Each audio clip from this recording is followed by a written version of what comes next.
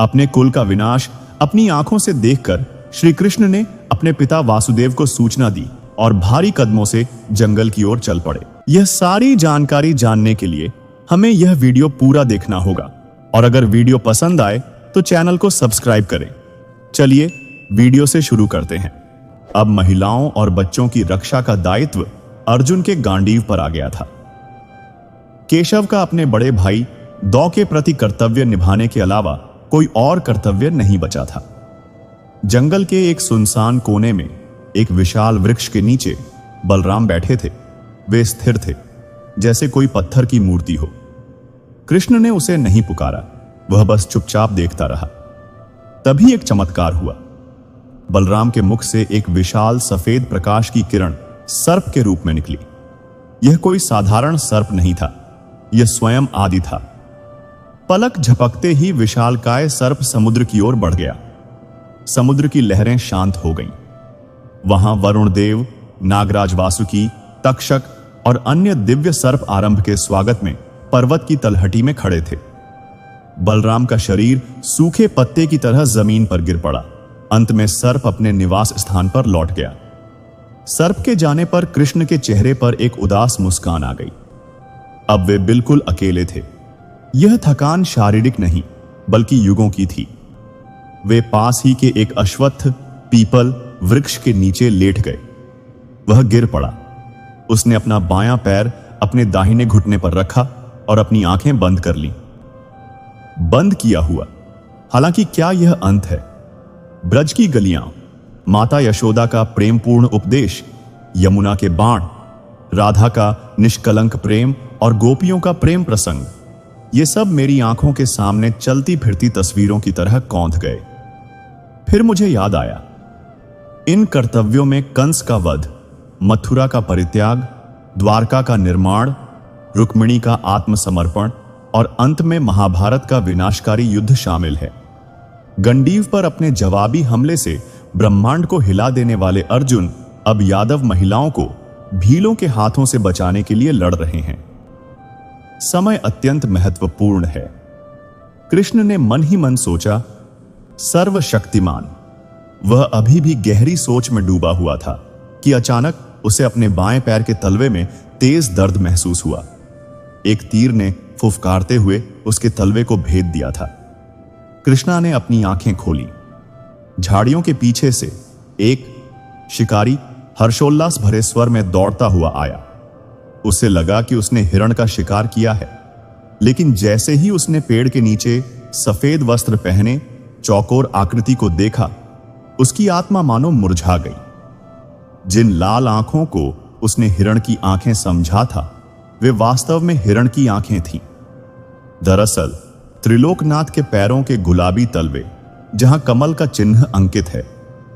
शिकारी का नाम जरा था। वह कांपते हुए कृष्ण के चरणों में गिर पड़ा। उसके चरण आंसुओं से भीगने लगे। एक भयानक विपत्ति आ पड़ी है। मैंने एक बड़ा पाप कर दिया है। हे प्रभु, मुझे क्षमा कर दीजिए। मैं हिरण के भ्रम में अंधा हो गया था। आइए, मुझे यह तीर निकालने दीजिए और दवा लगाने दीजिए।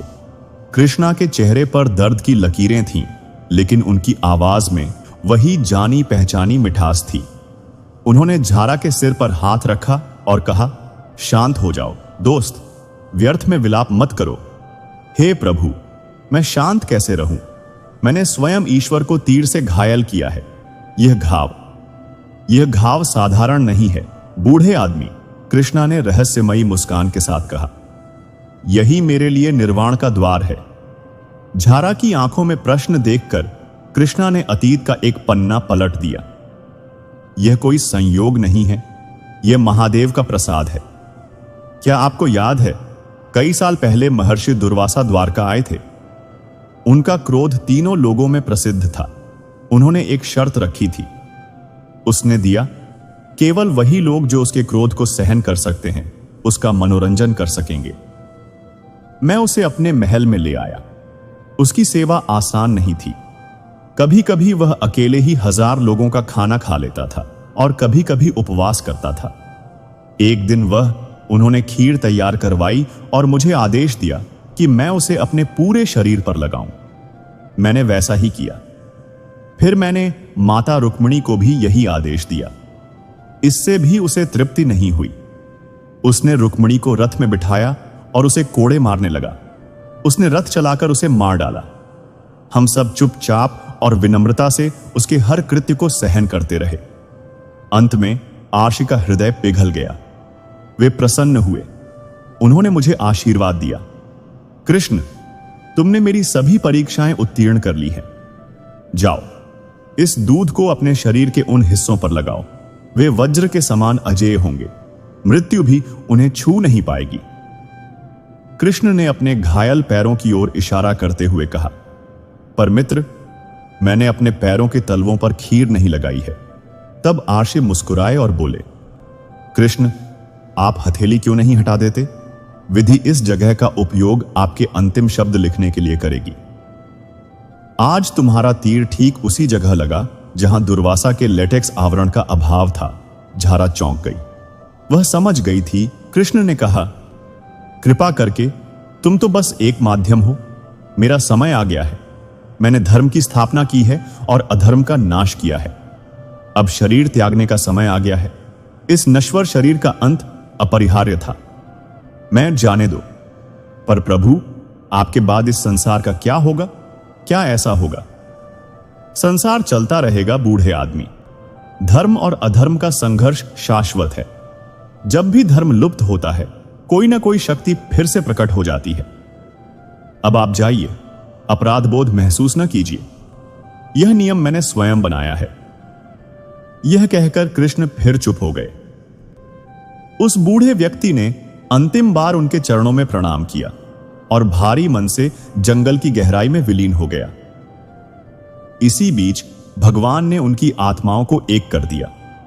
वह उस सर्वोच्च निवास की ओर चल पड़ा जहां से वह आया था, जो शाश्वत, अटूट और अविनाशी था। अगर आपको हमारे वीडियो पसंद आए तो प्लीज चैनल को सब्सक्राइब करें। हम हर दिन नए वीडियो अपलोड करते हैं। प्लीज नीचे कमेंट करें